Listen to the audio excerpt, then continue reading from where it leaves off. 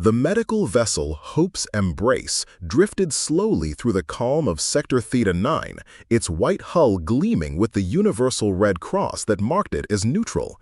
It carried no weapons.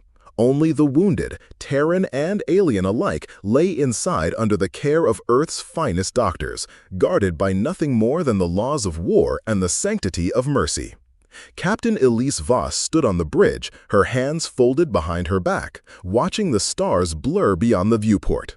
There was a quiet pride in her voice as she spoke to her crew. Today we cross into disputed space, not as warriors, but as healers. Our mission is peace. That mission ended 23 minutes later. A plasma barrage tore through the midsection of the Hope's Embrace, rupturing life support and shredding the recovery wing. The screams echoed through the intercom before cutting off. No warning, no communication, just death. A small raiding group of the Drakari Imperium, long antagonistic toward humanity, had targeted the ship. They claimed it was a military ruse, a trap, a convenient excuse to destroy what they feared, the symbol of human compassion.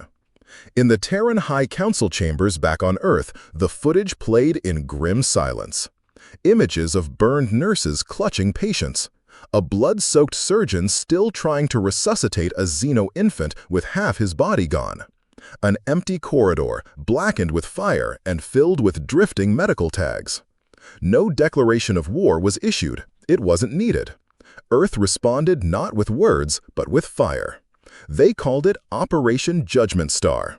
17 Terran battle groups moved through slipspace with machine precision, led by the dreadnought TNS Retribution. Admiral Kaito Ren, known among enemies as the Silent Storm, issued only 3 words before they dropped out of FTL near Drakari border space. Make them remember.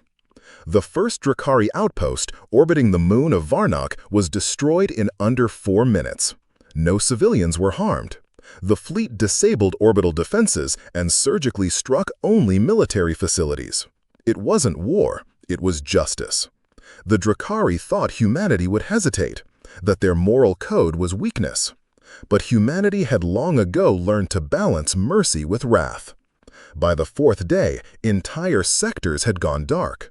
Terran AI-guided strike squadrons infiltrated deep into Drakari networks, paralyzing command chains and cutting off reinforcements. Hospitals were untouched, civilians unharmed. Every military installation, however, was reduced to glowing glass. The Galactic Council tried to intervene, but Earth had already sent its envoy with a simple message. You broke the unbreakable. You fired on peace. Now you'll learn what war really looks like. As the 7th Drakari fleet fell back toward their homeworld, Admiral Ren opened a channel. A rare moment of communication. We do not seek conquest. We do not want your worlds. But understand this. If you ever target mercy again, we will erase your empire from the stars.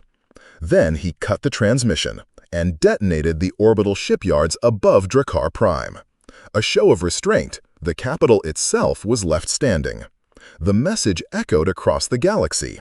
Earth protects its own, even its healers, especially its healers. The attack on Hope's Embrace was no longer just an incident. It became legend, a lesson etched into the stars. That day, the galactic community stopped calling humanity newcomers. They started calling them something else. Guardians, judges, monsters of mercy. And in the quiet halls of a rebuilt hospital, now named Voss's Mercy, a nurse tucked a small Drakari child into bed. The same species that had fired the shot. The same species now being saved, again, by human hands. Because vengeance was swift, but compassion was eternal.